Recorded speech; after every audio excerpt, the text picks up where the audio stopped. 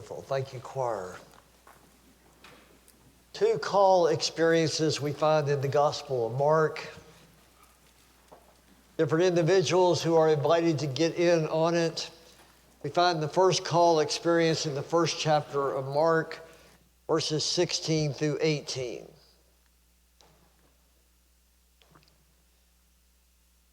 As Jesus walked beside the Sea of Galilee, he saw Simon and his brother Andrew casting a net into the lake, for they were fishermen. "Come, follow me," Jesus said, "and I will make you fishers of men." At once they left their nets and followed him. And then we go over to chapter 10 and find quite a different story. Chapter 10, beginning with verse 17. As Jesus started on his way, a man ran up to him and fell on his knees before him. "Good teacher," he asked, "what must I do to inherit eternal life?" "Why do you call me good?" Jesus answered. "No one is good except God alone. You know the commandments. Do not murder, do not commit adultery, do not steal, do not give false testimony, do not defraud, honor your father and mother."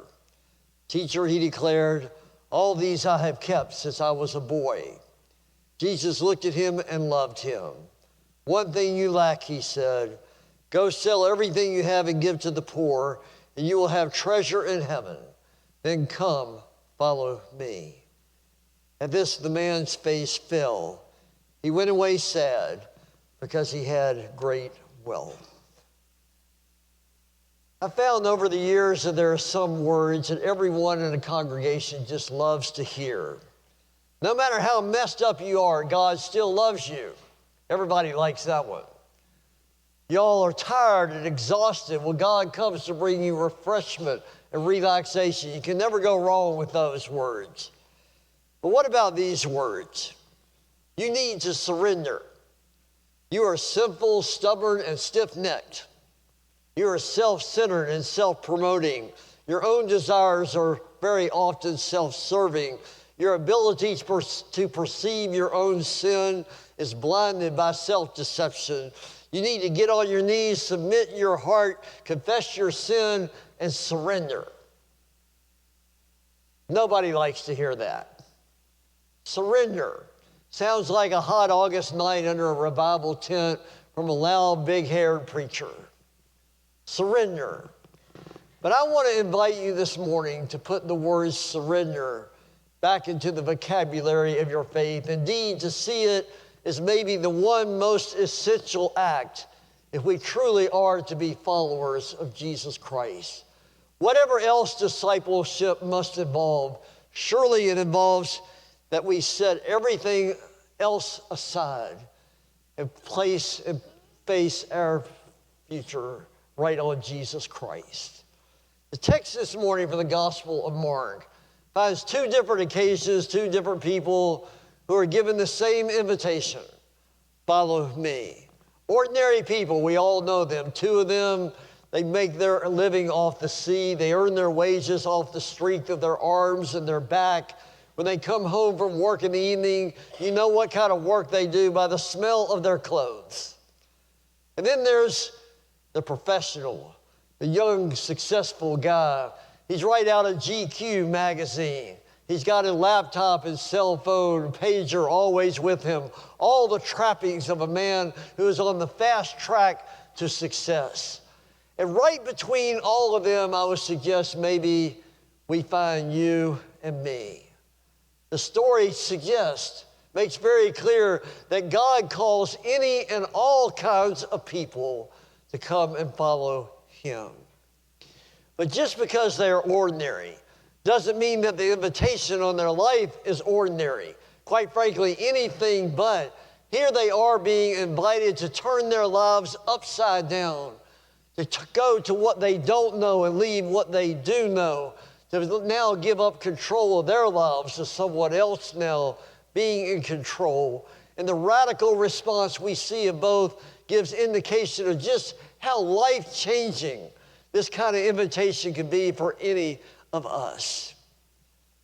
A few weeks before my 10th birthday, during the last night of a revival service, while we were singing way too many verses of Just As I Am, I walked down the aisle of the Roslyn Hills Baptist Church in Roanoke, Virginia, put my hand in Stuart Kersey's, the pastor's hand, and said I wanted to give my life to Jesus Christ.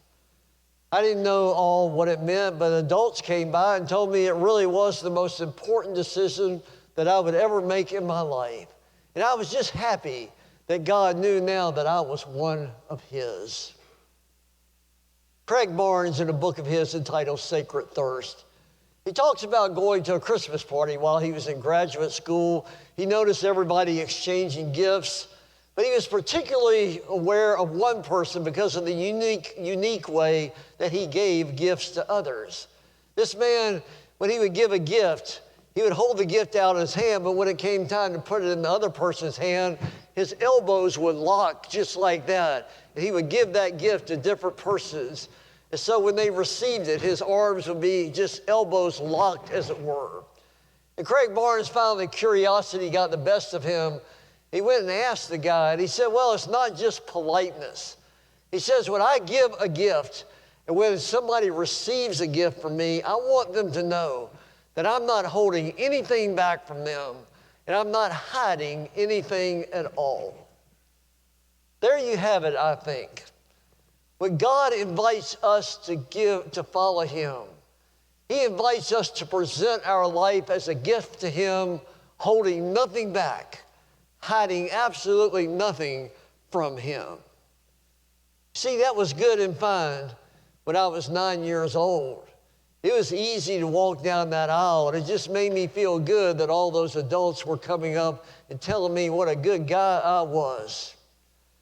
But along in my teenage years, about 16 years old, I realized God started wanting more of me than I had planned to give to Him. I'd given my life, but I'd not really given Him control. That was a whole nother thing. I increasingly felt that He wanted me to go into ministry. Nobody seemed less likely than me. Nobody seemed more improper a candidate. I could just give 10 dozen reasons before breakfast why this guy certainly must have gotten the wrong person. But the call on my life was something that I just couldn't quite get away from. So I struggled with it. I avoided it. I put it off. I went away for a whole summer to try to pray about it. And on a Friday morning in August of 1972, I could show you the square foot where I was standing. There's really just no other word to describe it. I surrendered. I was tired of fighting God's will. I said, fine, I'm yours. And that even wasn't as big a deal for me until I got my senior year in college. When I first went off to college, only 2 hours away, I was just as homesick as anybody ever could be. And that memory kind of stayed with me all through college. And then my senior year, I'm thinking, man, now I got to go to seminary. And I'm going to go to one that's 11 hours drive away. I'm going to be in a whole nother state outside of Virginia. God help me. And the very idea of that and the seriousness of it, except for a college chaplain, I probably would never have done it. To really see all the red lights blinking, all the reasons that, man, this is more than I bargained for. I just want to be a Christian. I just want to go to church. I want Jesus to like me. But to give myself over that much, again, the word surrender, without being dramatic, just seemed to be the only word that I could describe it. May I remind you, every one of you has a calling. Every one of you. And I know some who go gladly into their calling, just like Peter immediately lower their nets and go for it. And I know others who are more like me, kicking and screaming every step of the way. But I also have known so many through the years who have just not done it at all, who have said no. Look again in our text. Simon Peter and Andrew, the text says they dropped their nets immediately and followed him. If I spent my entire day around smelly fish, I would have left immediately as well. But evidently for them, there was just no struggle when it comes to God's call. And that is how it is for some people. But then we just go a few more chapters. And this rich young man, he just couldn't bring himself to divest himself of all his power and all his success and all that he seemed to be acquiring in his life. And he missed the best moment of his life. I get both of these. But for me, at the end of the day, the risk of not following Jesus is never as great as the risk of following him is always less than not following. But there is surrender somewhere along the way. And I'm just like you, as many days as not, I still want to be in control. I still want to call the shots. I still think that nobody knows best what's best for me more than I do, not even God. And so I want to help him understand what he really needs to get when it comes to how my life would be better. And I have those prayers sometimes that just trying to give God a little of my wisdom. Help me out here, I'm going to get you on the right. Jesus was not wrong when he promised the disciples any number of times that they would have life and they would have it more abundantly. Read the text. Does anybody really believe that Simon Peter and Andrew, for all that they gave up, that their lives ended up being less or smaller than that rich man who went away sad? I agree with Doug Steer, the wonderful Quaker writer. He says that Jesus always promised those who followed him three things: that they would be absurdly happy, entirely fearless, and always in trouble. Absurdly happy, entirely fearless, and always in trouble. We certainly see that with Simon Peter and Andrew. The best moment of their life came when they responded to Christ. And they were fearless. We read the stories after Jesus' death and resurrection. They went on and became martyrs of the faith. And so because of that, they were always in trouble. Always in trouble. It's not a bad path. It's not a bad path to take, because the young man, all we know about him is that he went away sad. Norman Vincent Peale, some of you long-timers know that name. Norman Vincent Peale was probably one of the best-known American preachers before Billy Graham came along.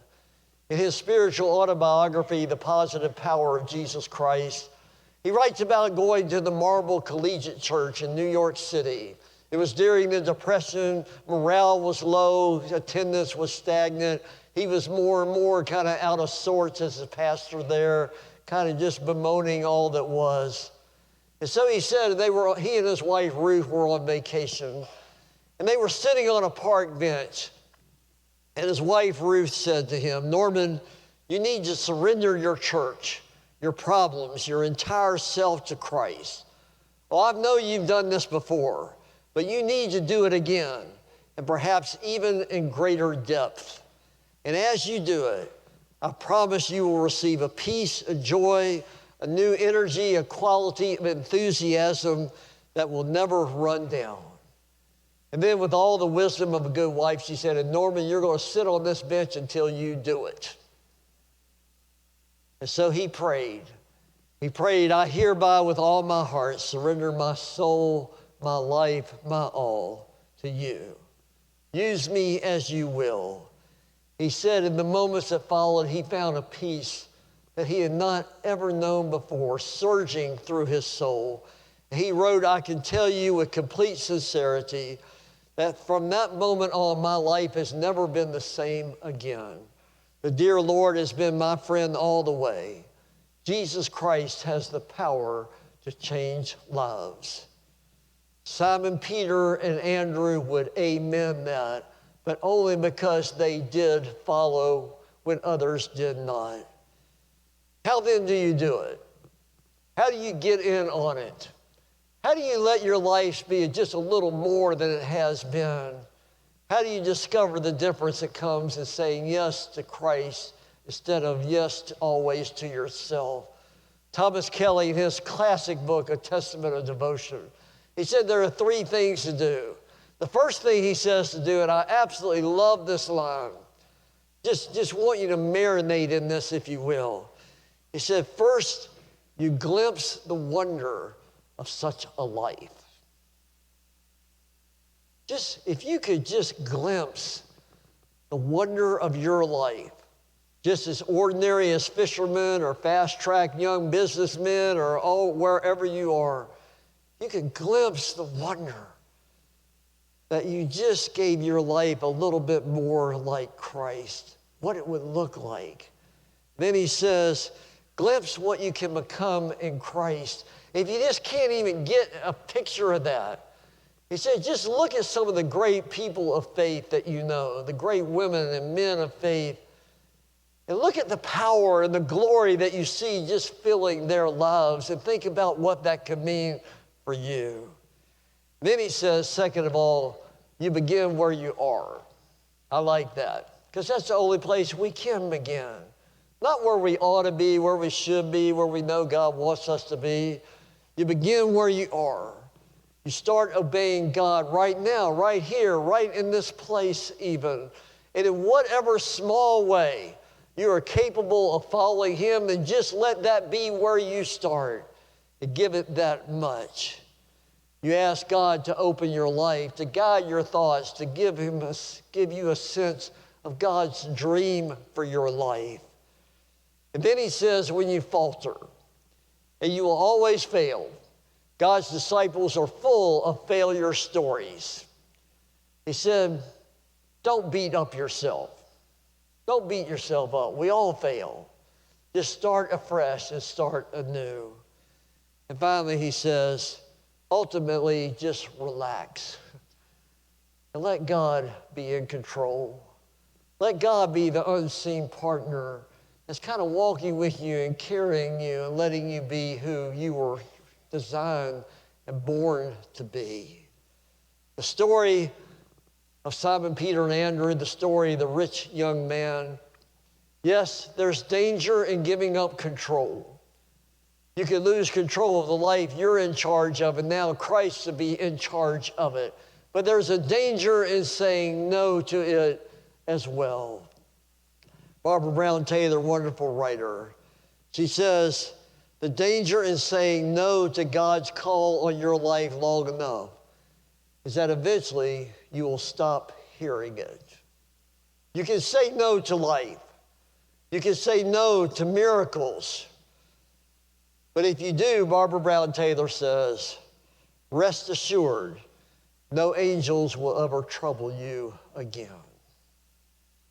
And so he comes by the sea as one unknown. He comes to the places where we work. He intersects with the personalities that we are. And he says, follow me.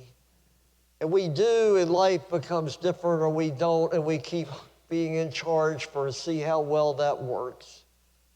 But follow him and know a life that is absurdly happy, abundantly fearless, and always dangerous. That's where I want to be. Our hymn of invitation this morning, there's that word again, I surrender all. Hymn number 499. Maybe there are some this morning who know that God has been trying to get a place in you, been tugging at you to make a profession of faith just to follow him. Or maybe unite with this church from another church family, or some renewed commitment of your life. From wherever you are and however you are, as you are, I'll be in the front to receive you. Let us stand and sing to the glory of God, hymn number 499.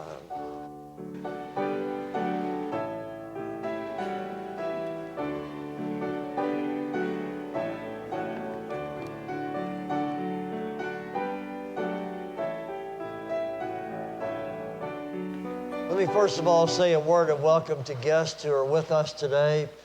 Today is a great day to be a guest.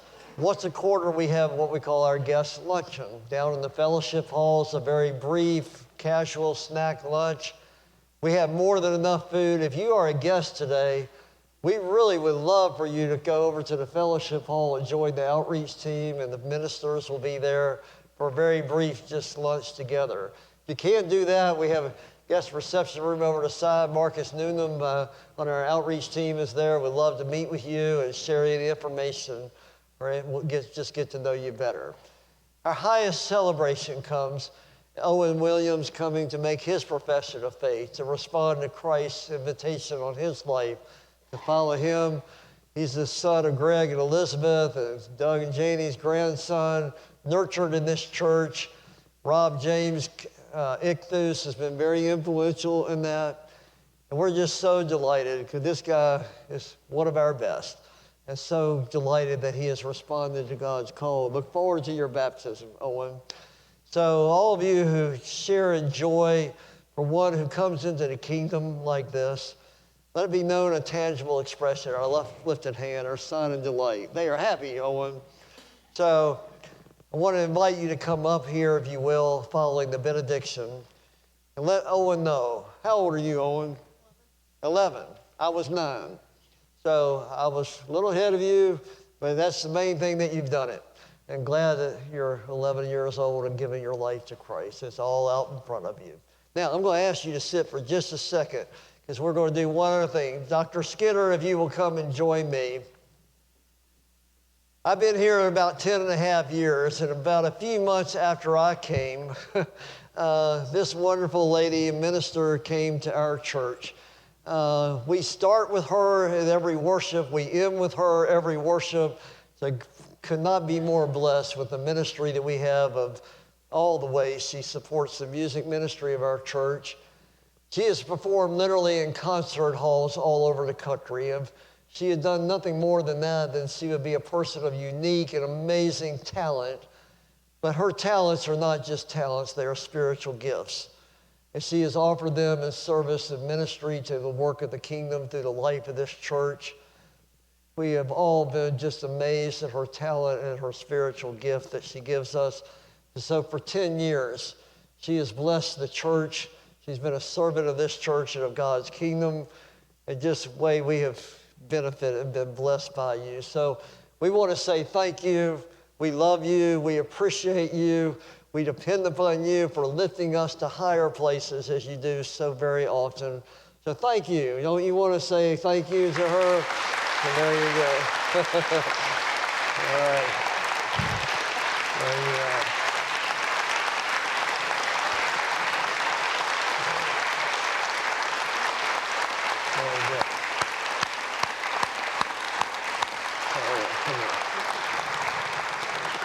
So if you remain standing, and I'm going to ask you to, I hope you will come up and welcome Owen and give thanks to Janine, and then go out to a beautiful day. Our response for the benediction, we're going to share it together, if you have your program, to reading our theme verses from 1 Peter.